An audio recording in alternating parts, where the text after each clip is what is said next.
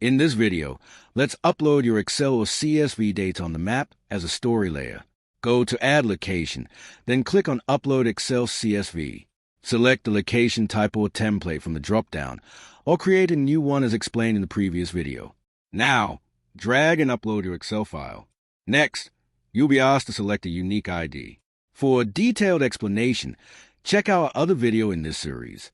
Now, match the template attributes with your data file and deselect anything not required. Here, you'll see three options to map your data.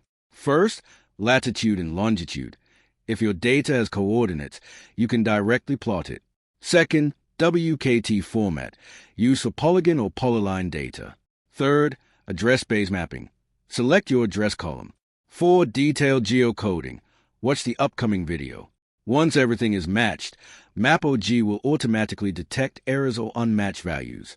In the next video, we'll understand how to fix these errors and clean your data.